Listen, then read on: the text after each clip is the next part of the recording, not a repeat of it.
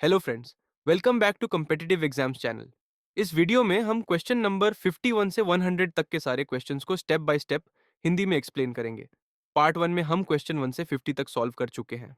Part 1 video का link आपको description और पिंड कमेंट पर मिल जाएगा। वीडियो को एंड तक जरूर देखिए। चलिए शुरू करते हैं क्वेश्चन नंबर 51 से। अक्षत अपनी यात्रा 20 घंटे में पूरी करता है। वह आधी दूरी 57 किलोमीटर प्रति घंटा की रफ्तार से और बाकी आधी दूरी 95 किलोमीटर प्रति घंटा की रफ्तार से तय करता है। तो यात्रा की कुल लंबाई कितनी है? ये सवाल दिखने में सीधा है, लेकिन इसमें एक आम पेच है, एक जाल है। ज्यादातर लोग सोचेंगे कि औसत गति निकालने के लिए बस 57 और 95 को जोड़कर 2 से भाग दे दें। हाँ, जो 76 किलोमीटर प्रति घंटा आएगा। बिल्कुल, लेकिन ये गलत है। एक मिनट, मुझे भी यही लगा था। हम सीधा औसत क्यों नहीं ले सकते? क्योंकि अक्षत ने दोनों गतियों पर बराबर समय नहीं बिताया है। उसने आधी दूरी 57 की रफ्तार से तय की है, जो कि धीमी गति है।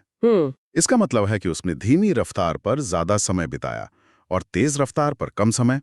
इसलिए धीमी गति का औसत पर ज्यादा प्रभाव पड़ेगा और असली औसत गति 76 से कम होगी। अच्छा, तो ये एक तरह का भारित औसत, वेटेड एवरेज हुआ, जहां समय एक छिपा हुआ भार है। ये सिर्फ एक फॉर्मूला नहीं, ये तो एक सिद्धांत है। बिल्कुल सही पकड़ा आपने। तो इसे सही तरीके से कैसे हल करेंगे? इसके लिए खास फॉर्मूला है 2ab/a+b, जहां a और b दोनों गतियां हैं। ये फॉर्मूला समय के इसी अंतर को ध्यान में रखकर बनाया गया है। ओके। तो हम गणना करेंगे 2 गुणा 57 गुणा 95 और उसे भाग देंगे 57 जमा 95 से। यह आता है 10,830 भाग 152, जिसका मान है 71.25 किलोमीटर प्रति घंटा। देखिए, ये 76 से कम है, जैसा हमने सोचा था। और अब जब हमारे पास सही औसत गति है, तो कुल दूरी निकालना आसान है। हम बस गति को समय से गुणा कर देंगे। जी, 71.25 को 20 घंटे से गुणा करने पर जवाब आएगा 1425 किलोमीटर। अगला सवाल है, नैतिक अनुनय या मॉरल सुएजन की भूमिका का सबसे सटीक वर्णन क्या है? ये शब्द सुनने में काफी भारी लगता है। हाँ, शब्द थोड़ा भारी है, लेकिन इसका कॉन्सेप्ट बहुत सरल है। ये आरबीआई जैसे केंद्रीय बैंकों द्वारा इस्तेमाल किया जाने वाला एक सॉफ्ट पावर टूल है। सॉफ्ट पावर, जी, इसका सही वर्णन है। ये आरबीआई द्वारा बैंकों के उधार देने के व्यवहार को प्रभावित करने के लिए इस्तेमाल किया जाने वाला अनुनय यानी परसुएजन और दबाव यानी प्रेशर का एक संयोजन है। इसे थोड़ा और सरल शब्दों में समझा सकते हैं? कोई एनालॉजी है? जरूर। इसे ऐसे समझिए जैसे सरकार ट्रैफिक कम करने के लिए चालान काटने, जो कि एक सख्त नियम है, उसके बजाय लोगों से रेडियो और टीवी पर कारपूल करने की अपील करे। अच्छा। ये कोई कानून नहीं है, बल्कि एक तरह की नैतिक समझाइश है। आरबीआई भी बैंकों के साथ यही करता है। वो ब्याज दरें बदलने जैसे सख्त कदम उठाने के बजाय बैंकों के गवर्नरों से मीटिंग करके उन्हें सलाह देता है या अनौपचारिक दबाव बनाता है। जैसे कि कृपया खेती या छोटे उद्योगों को ज्यादा कर्ज दें या अभी रियल एस्टेट में उधार देने से बचें। ये नियमों के डंडे के बजाय सलाह और रिश्ते से काम लेना है। ये तो बहुत ही बढ़िया उदाहरण है। कमल पॉइंट ए से 17 किलोमीटर दक्षिण जाता है, फिर 13 किलोमीटर पूर्व, फिर 21 किलोमीटर उत्तर, फिर 18 किलोमीटर पश्चिम और अंत में 4 किलोमीटर दक्षिण जाता है। उसे वापस पॉइंट ए पर पहुंचने के लिए कितनी दूर और किस दिशा में जाना होगा? यहाँ जो बात फैसिनेट करती है वो ये है कि इस उलझी हुई यात्रा को 2 बहुत ही सरल हिस्सों में तोड़ा जा सकता है। कैसे? एक उत्तर दक्षिण की गति और दूसरी पूर्व पश्चिम की गति। पहले उत्तर दक्षिण का हिसाब लगाते हैं। ओके। कमल कुल कितना दक्षिण गया? 17 किलोमीटर और फिर 4 किलोमीटर, यानी कुल 21 किलोमीटर दक्षिण। ठीक है। और वो उत्तर कितना गया? 21 किलोमीटर। तो क्या हुआ? 21 किलोमीटर दक्षिण और 21 किलोमीटर उत्तर। अरे, ये तो एक दूसरे को कैंसल कर देंगे। एग्जैक्टली, ये एक दूसरे को पूरी तरह से रद्द कर देते हैं। इसका मतलब है कि वो उत्तर दक्षिण दिशा में अपनी शुरुआती जगह पर ही है। तो अब सिर्फ पूर्व पश्चिम का हिसाब बचा। हाँ। अब पूर्व पश्चिम की गति देखते हैं। वो 13 किलोमीटर पूर्व गया और 18 किलोमीटर पश्चिम। इसका मतलब है कि वो अपनी शुरुआती लाइन से 5 किलोमीटर पश्चिम की ओर है। तो अंत में कमल पॉइंट ए से ठीक 5 किलोमीटर पश्चिम में खड़ा है। वापस पॉइंट ए पर पहुंचने के लिए उसे ठीक विपरीत दिशा में जाना होगा, यानी 5 किलोमीटर पूर्व की ओर। 5 किलोमीटर पूर्व, बिल्कुल सही। तो इसका सीधा जवाब है मजबूत बेस, यानी एक स्ट्रॉन्ग बेसिक सोल्यूशन। अच्छा। लेकिन यहाँ जो बात समझने वाली है वो ये है कि पीएच स्केल असल में रंगों की एक भाषा है। ये हमें बताता है कि कोई घोल कितना एसिडिक है या कितना बेसिक। रंगों की भाषा। हाँ, इसे एक लाइन की तरह सोचिए जिसके ठीक बीच में 7 पर न्यूट्रल पॉइंट है। जैसे साफ पानी, 7 से नीचे जाने पर मतलब 6, 5, 4 की तरफ घोल एसिडिक होता जाता है और रंग पीले और नारंगी से होकर गहरे लाल की तरफ बढ़ता है। और 7 से ऊपर 8, 9, 10 की तरफ जाने पर घोल बेसिक या क्षारीय होता जाता है और रंग हल्के नीले से गहरे नीले और फिर बैंगनी की तरफ। ओह! तो गहरा नीला रंग एक मजबूत बेस का संकेत है जिसका पीएच मान 11 या 12 से भी ज्यादा हो सकता है। हमने अभी बात की एसिड के लिए हमें 7 से नीचे जाना होगा और मजबूत एसिड का मतलब है कि हम स्केल के बिल्कुल निचले सिरे पर होंगे। इसलिए सही रेंज 003 है। के सबसे बुनियादी और कह सकते हैं खूबसूरत सिद्धांतों में से एक को सामने लाता है। जब एक मजबूत एसिड और एक मजबूत बेस मिलते हैं तो वे एक दूसरे के असर को पूरी तरह से खत्म कर देते हैं। अच्छा, न्यूट्रलाइज कर देते हैं। एग्जैक्टली, वे एक दूसरे को न्यूट्रलाइज कर देते हैं और इस प्रक्रिया का नतीजा हमेशा 2 बहुत ही सामान्य और स्थिर चीजें होती हैं, नमक और पानी। तो इसका मतलब है कि प्रकृति में संतुलन की एक मजबूत प्रवृत्ति है जहां एक चरम यानी एसिड और दूसरा चरम यानी बेस मिलकर कुछ तटस्थ बना देते हैं। बिल्कुल। जैसे नमक और पानी, ये तो लगभग दार्शनिक बात हो गई। आप इसे ऐसे भी देख सकते हैं, इस खास मामले में हाइड्रोक्लोरिक एसिड और सोडियम हाइड्रोक्साइड मिलकर सोडियम क्लोराइड बनाते हैं जो हमारा साधारण खाने का नमक है। अच्छा। और साथ में पानी, तो 2 खतरनाक चीजें मिलकर रोजमर्रा की 2 सुरक्षित चीजें बना देती हैं। SDG इंडिया इंडेक्स 2023-24 का चौथा संस्करण किसने जारी किया? इसका जवाब है नीति आयोग। लेकिन यहां सिर्फ नीति आयोग का नाम जानना काफी नहीं है, महत्वपूर्ण ये समझना है कि ये इंडेक्स है क्या। हाँ, बताइए।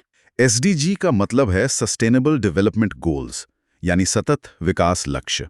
ये 17 लक्ष्य हैं जो संयुक्त राष्ट्र ने तय किए हैं। जैसे? गरीबी खत्म करना, भूखमरी मिटाना, अच्छी शिक्षा। बिल्कुल, अच्छी शिक्षा और साफ पानी सुनिश्चित करना। और नीति आयोग जो भारत सरकार का मुख्य थिंक टैंक है, वो इस इंडेक्स के जरिए क्या करता है? नीति आयोग इस इंडेक्स के जरिए ये मापता है कि भारत के अलग-अलग राज्य और केंद्र शासित प्रदेश इन 17 लक्ष्यों पर कैसा प्रदर्शन कर रहे हैं। ये एक तरह का राष्ट्रीय रिपोर्ट कार्ड है। अच्छा, और ये राज्यों के बीच एक स्वस्थ प्रतिस्पर्धा को भी बढ़ावा देता है कि कौन इन लक्ष्यों को हासिल करने में बेहतर काम कर रहा है। तो ये इंडेक्स सिर्फ एक दस्तावेज नहीं, बल्कि देश के विकास को सही दिशा में ले जाने का एक शक्तिशाली उपकरण है। अगर A का मतलब भाग, B का गुणा, C का जोड़ और D का घटाना है, तो इस समीकरण का मान क्या होगा? 93D 7B 5 C 69A 3 C 26। इस तरह के सवाल हमारे दिमाग को एक तय क्रम में काम करने की ट्रेनिंग देते हैं, जैसे हम बॉडमास या पेमडास का नियम कहते हैं। हाँ, स्कूल में पढ़ा था। ये नियम तय करता है कि किस ऑपरेशन को पहले करना है।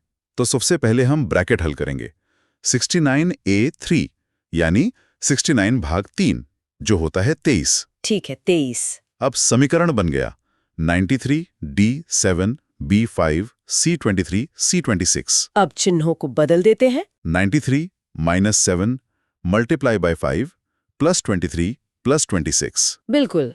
अब बॉडमास के अनुसार घटाने और जोड़ने से पहले गुणा करना होगा। तो 7 गुणा 5 हुआ 35। राइट। अब समीकरण है 93 - 35 प्लस 23 प्लस 26। इसे बस बाएं से दाएं हल कर लीजिए। 93 में से 35 गए, बचे 58। फिर 58 में 23 जोड़े 81 और अंत में 81 और 26 हो गए 107।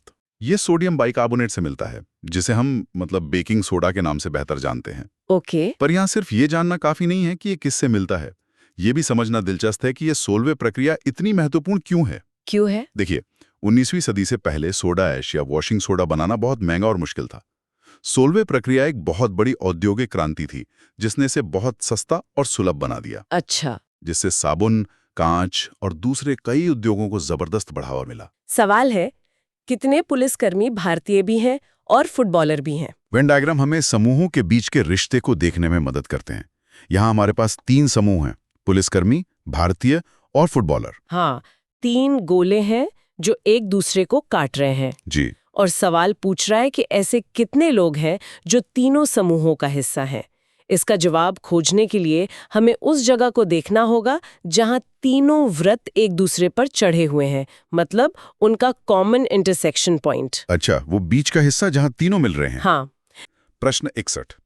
2 नल एक टंकी को क्रमशः 2 घंटे और 54 घंटे में भर सकते हैं। एक तीसरा नल है जो भरी टंकी को 54 घंटे में खाली कर सकता है। अगर तीनों को एक साथ खोल दिया जाए तो टंकी कितनी देर में भरेगी?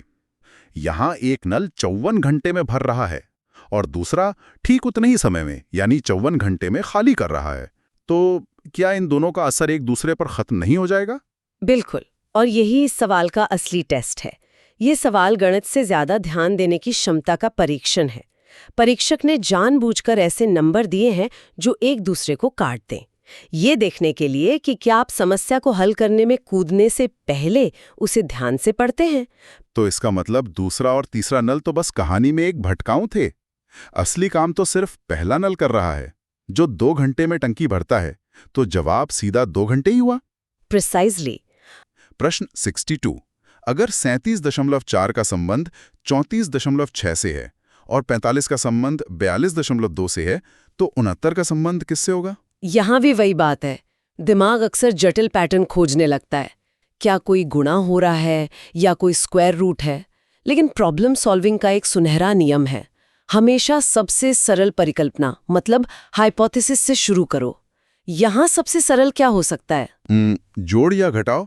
चलिए घटाकर देखते हैं। 37.4 में से 34.6 घटाने पर 2.8 आता है। अब दूसरे जोड़े को जांचते हैं। 45 में से 42.2 घटाने पर, अरे यहाँ भी 2.8 ही आता है। तो पैटर्न मिल गया।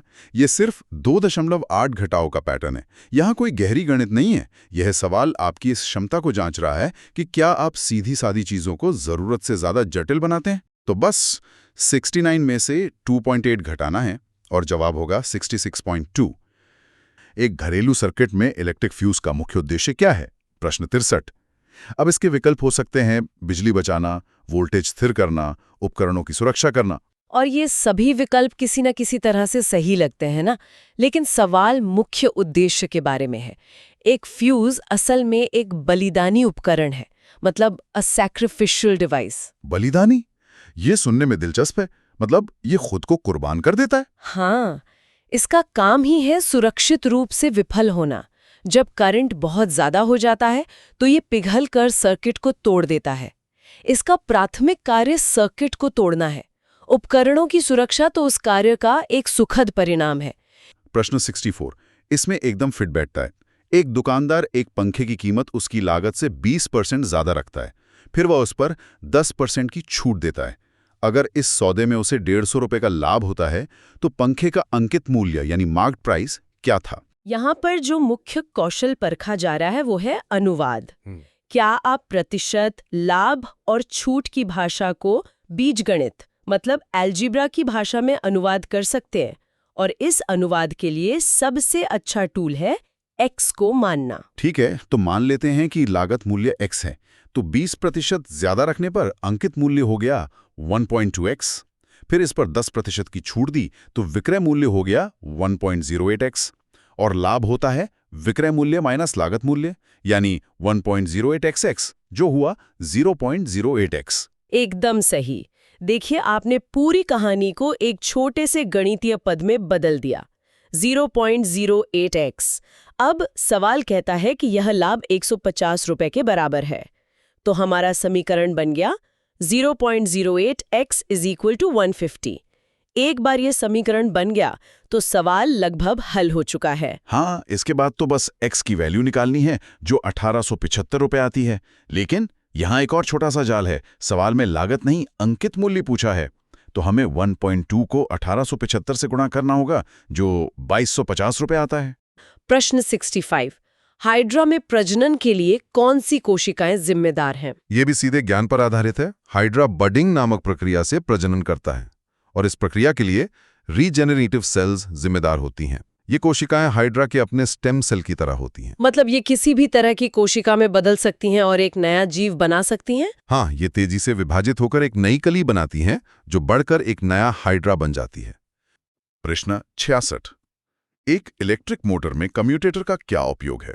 ये थोड़ा ज्यादा तकनीकी है, लेकिन ये अभी भी एक मुख्य अवधारणा का परीक्षण है। कम्यूटेटर को मोटर का दिशा बदलने वाला मैनेजर समझिए। मोटर का कॉइल आधा घूमते ही रुकना चाहता है क्योंकि उस पर लगने वाले बल की दिशा बदल जाती है। तो कम्यूटेटर क्या करता है उस समय? ठीक उसी पल कम्यूटेटर कॉइल में बिजली के प्रवाह की दिशा को पलट देता है और मानो कहता है, नहीं, घूमते रहो। इस चालाक अदला बदली के कारण ही मोटर लगातार एक ही दिशा में घूमती रहती है। इसके बिना मोटर बस आगे पीछे हिल कर रह जाएगी, घूमेगी नहीं। एक झटका, घुमाओ नहीं। प्रश्न 67। अगर एक तार में 1.75 एम्पीयर का करंट बह रहा है और वोल्टेज 180 वोल्ट है, तो तार कितनी पावर इस्तेमाल कर रहा है? ये तो भौतिकी की वर्णमाला सीखने जैसा है। ये सीधे सीधे एक मौलिक फॉर्मूले का परीक्षण है। शक्ति यानी पावर बराबर होती है वोल्टेज गुणा करंट के। P = V × I। तो यहां बस 180 को 1.75 से गुणा करना है और जवाब आ जाएगा 315 वॉट। हाँ, यहाँ गणना उतनी महत्वपूर्ण नहीं है जितना ये जानना कि P = VI होता है। प्रश्न 69। एक कक्षा में 120 छात्रों का औसत अंक 85 है। सेक्शन ए का औसत 78 है और सेक्शन बी और सी का मिलाकर औसत 88 है। तो सेक्शन ए में कितने छात्र हैं? ये सवाल भी संख्याओं का जाल जैसा लगता है। हाँ, और इसे सुलझाने का मेथड है भारित औसत या वेटेड एवरेज का सिद्धांत। यहाँ भी मूल विचार अनुवाद का ही है। हमें ये पता है कि कक्षा के कुल अंक तय हैं।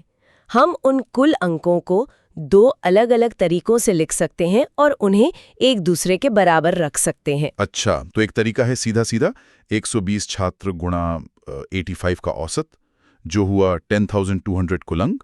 ये हमारा एक पक्ष हो गया। सही। अब दूसरा पक्ष बनाते हैं। मान लीजिए सेक्शन ए में x छात्र हैं, तो उनके कुल अंक हुए 78 गुणा x, बाकी छात्र हुए 120 - x और उनके कुल अंक हुए 88 गुणा 120 - x। और इन दोनों टुकड़ों को जोड़ने पर भी कुल अंक 10,200 ही आने चाहिए। तो समीकरण बन गया 78x + 88 120 - x = 10,200। और फिर से एक बार ये सिंपल लीनियर इक्वेशन बन गया तो मुश्किल काम खत्म। इसे हल करने पर x का मान 36 आता है। अब एक और प्रतिशत वाले सवाल पर आते हैं। वॉशिंग मशीन और टीवी की कीमतों में बदलाव वाला। इसे देखकर तो मेरा पहला रिएक्शन था कि कैलकुलेटर निकालना पड़ेगा। हाँ। क्या इसका कोई आसान तरीका है? जरूर है, और ये बहुत कारगर तरीका है। इसे हम एजम्पशन मेथड कह सकते हैं। मान लीजिए कि टीवी की कीमत 100 रुपए है। ठीक है, तो वॉशिंग मशीन 75% कम, मतलब 25 रुपए की हुई। अच्छा, अब पुरानी कुल कीमत निकालिए। 8 वॉशिंग मशीन और 2 टीवी की। तो 8 गुणा 25 + 2 गुणा 100, ये हो गई 400 रुपए। बिल्कुल। अब नई कीमतों के साथ कुल लागत 500 रुपए हो जाती है। तो 400 से 500 मतलब कुल खर्च में 25% की बढ़ोतरी हुई। बस देखिए, 100 मान लेने से कैसे बड़े और मुश्किल लगने वाले प्रतिशत आसान बन गए। ये तो कमाल की ट्रिक है। प्रश्न 71। द ग्रेट इंडियन नॉवल के लेखक कौन है? ये तो मुझे लगता है काफी लोगों को पता होगा। हाँ, इसका उत्तर शशि थरूर है। द ग्रेट इंडियन नॉवल सिर्फ एक उपन्यास नहीं है, ये एक बहुत ही तीखा पॉलिटिकल सटायर है। थरूर ने इसमें महाभारत के पूरे महाकाव्य को लिया और उसे आजाद भारत की राजनीति पर एक परत की तरह चढ़ा दिया। प्रश्न 73। किस समिति ने सुझाव दिया था कि कर चुकाने का कर्तव्य नागरिकों का एक मौलिक कर्तव्य होना चाहिए? इसका जवाब है स्वर्ण सिंह समिति। जी, स्वर्ण सिंह समिति। मौलिक कर्तव्य हमारे मूल संविधान का हिस्सा नहीं थे। उन्हें आपातकाल के दौरान इसी समिति की सिफारिशों पर जोड़ा गया था। प्रश्न 74। एक इलेक्ट्रिक मोटर में करंट ले जाने वाले कंडक्टर पर लगने वाले बल की दिशा निर्धारित करने के लिए किस नियम का उपयोग किया जाता है? फ्लेमिंग का वामहस्त नियम। सही। प्रश्न 75। एक दुकानदार ने एक वस्तु 740 रुपए में खरीदी। 20% लाभ कमाने के लिए उसे वस्तु को किस कीमत पर बेचना चाहिए? यह एक ऐसा सवाल है जिसका सामना हम सब कभी ना कभी करते हैं। यहाँ गणना करने पर उत्तर आएगा 888 रुपए। इसकी गणना तो सीधी है, क्रय मूल्य का 20% निकालकर उसमें जोड़ दें या सीधे 740 को 1.2 से गुणा कर दें। 740 गुणा 1.2 इज इक्वल टू 888। इस तरह के सवालों में आपको अक्षरों के बीच का रिश्ता ढूंढना होता है, आमतौर पर अंग्रेजी वर्णमाला में उनकी स्थिति के आधार पर। यहाँ पर जो अलग है वो है RUF। और इसका लॉजिक क्या है? अगर आप बाकी तीनों को देखें, जैसे CFLP, तो C और F के बीच +3 का अंतर है, F और L के बीच +6 का और L और P के बीच +4 का। यही नियम यानी +3, +6, +4 का अंतर TWCG और HKQU में भी लागू होता है। बस अक्षरों की शुरुआत अलग है, लेकिन RUF में अक्षरों के बीच का अंतर इस पैटर्न से मेल नहीं खाता। प्रश्न 77। 2024 में पहले बिम्स्टेक व्यापार शिखर सम्मेलन की मेजबानी किस देश ने की? उत्तर है नई दिल्ली, भारत। बिम्स्टेक यानी bay of Bengal initiative for multi sectoral technical and economic cooperation, ये भारत की पड़ोसी पहले और एक्ट ईस्ट नीतियों का केंद्र बिंदु है। जब भारत इसकी मेजबानी करता है तो ये दुनिया को एक संदेश देता है कि भारत इस क्षेत्र में एक लीडर की भूमिका निभाने के लिए तैयार है। प्रश्न 79। 8A + 3B + 9C का स्क्वायर, इसका विस्तारित रूप क्या है? इसका जवाब तो बहुत लंबा है। 64A² + 9B² + 81C² + 48AB + 54BC + 144AC। अगर आपको A + B + C का मानक सूत्र याद है, जो A² + B² + C² + 2AB + 2BC + 2AC होता है, तो ये सवाल 30 सेकंड का है। आपको बस A, B और C की जगह 8A, 3B और 9C रखना है। प्रश्न 80 जो औसत गति से जुड़ा है। राधिका 230 किलोमीटर की दूरी 46 किलोमीटर प्रति घंटा की गति से और 400 किलोमीटर की दूरी 100 किलोमीटर प्रति घंटा की गति से तय करती है। उसकी औसत गति क्या है? औसत गति का सही सूत्र है कुल दूरी को कुल समय से भाग देना। तो पहले हम कुल दूरी निकालते हैं। 230 + 400 = 630 किलोमीटर। ठीक है, ये आसान था। अब कुल समय? पहले हिस्से में लगा समय होगा दूरी गति यानी 230 46 जो हुआ 5 घंटे। दूसरे हिस्से में लगा समय होगा 400 100 यानी 4 घंटे। तो कुल समय हुआ 5 + 4 = 9 घंटे। अच्छा, तो औसत गति हुई 630 किलोमीटर को 9 घंटे से भाग देने पर 70 किलोमीटर प्रति घंटा। प्रश्न संख्या 81 जो पूछता है कि खून का थक्का जमाने में कौन सा विटामिन मदद करता है? जवाब है विटामिन के। प्रश्न 82 विद्युत प्रतिरोध की SI इकाई क्या है? जवाब है ओम। प्रश्न संख्या 83 ये पूछता है कि इनमें से कौन सा ऊर्जा का नवीकरणीय स्रोत नहीं है? विकल्प है सौर ऊर्जा, पवन ऊर्जा, बायोगैस और कोयला। और सही जवाब है कोयला। प्रश्न संख्या 84 एक वस्तु का क्रय मूल्य 500 रुपए है और उसे 10% की हानि पर बेचा जाता है, तो विक्रय मूल्य क्या होगा? इसका जवाब है 450 रुपए। प्रश्न संख्या 85 भारत के मुख्य चुनाव आयुक्त की नियुक्ति कौन करता है? इसका सही जवाब है भारत के राष्ट्रपति।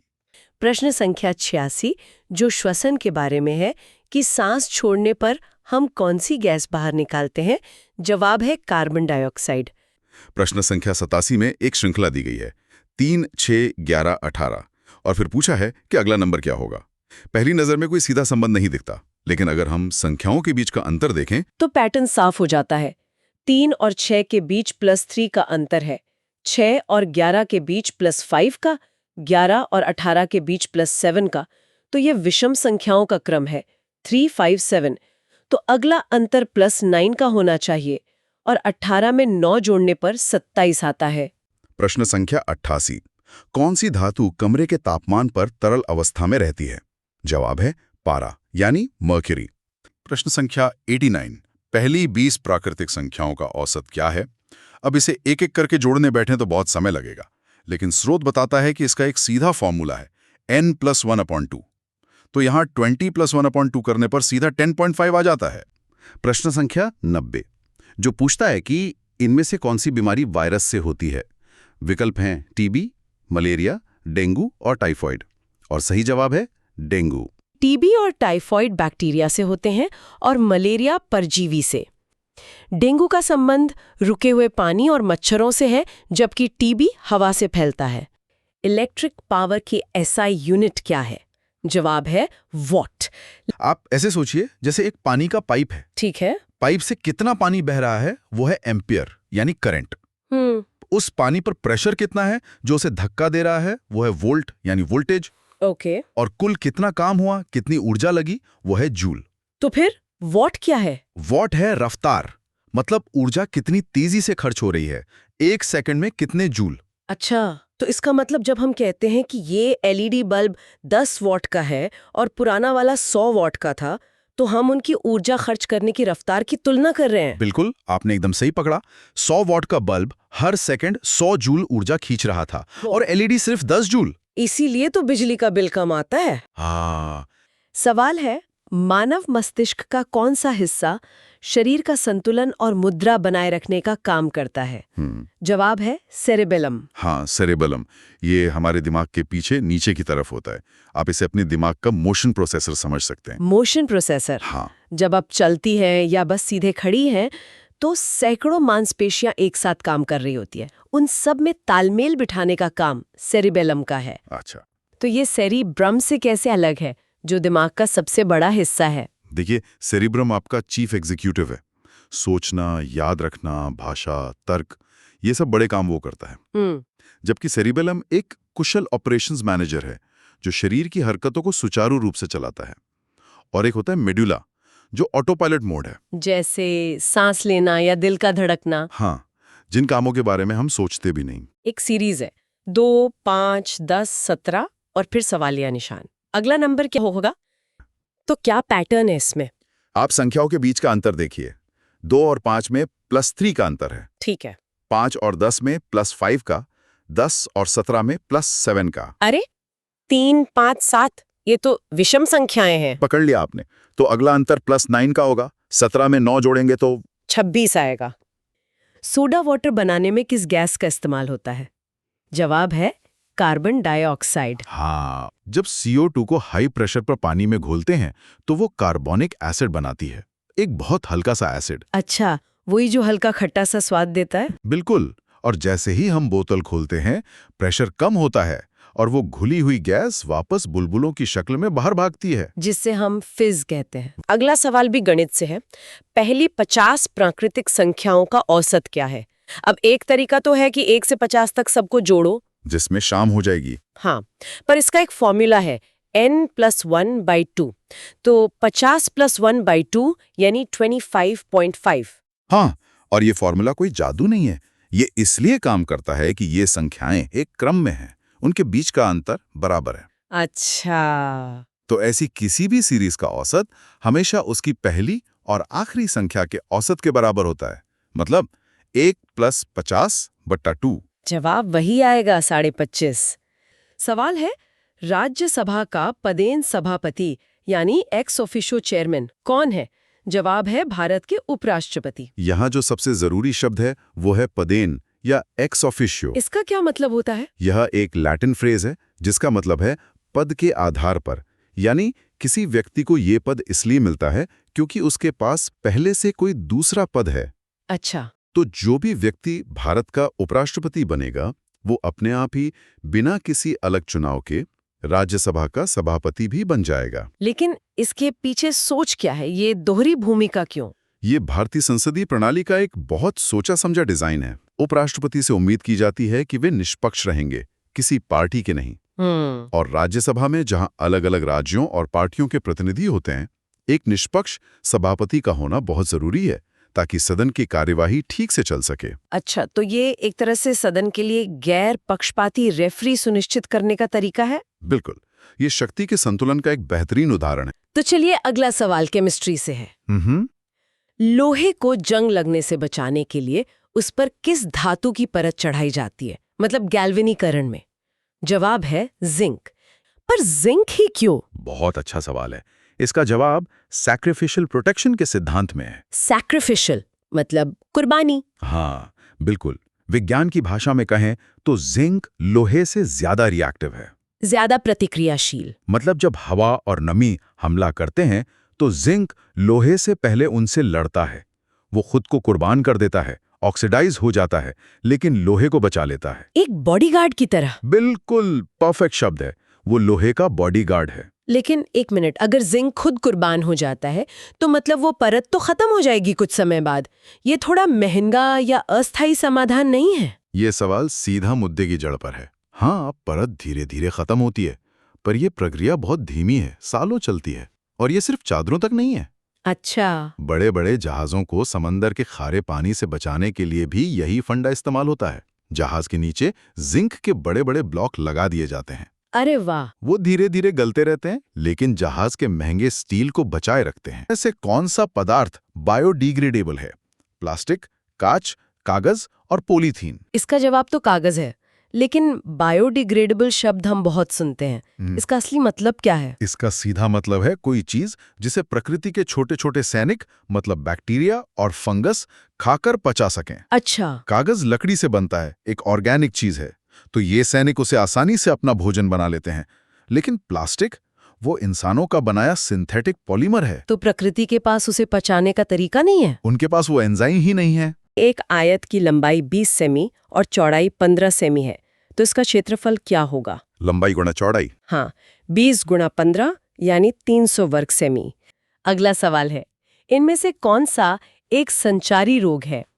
ऑप्शन है मधुमेह, कैंसर, तपेदिक और उच्च रक्तचाप। सही जवाब है तपेदिक। यह संचारी और गैर संचारी का फर्क समझना जरूरी है। संचारी मतलब वो बीमारियां जो किसी एजेंट जैसे बैक्टीरिया या वायरस से एक इंसान से दूसरे में फैल सकती हैं। अच्छा। तपेदिक यानी टीबी एक बैक्टीरिया से होती है जो खांसने या छींकने से हवा में फैलता है।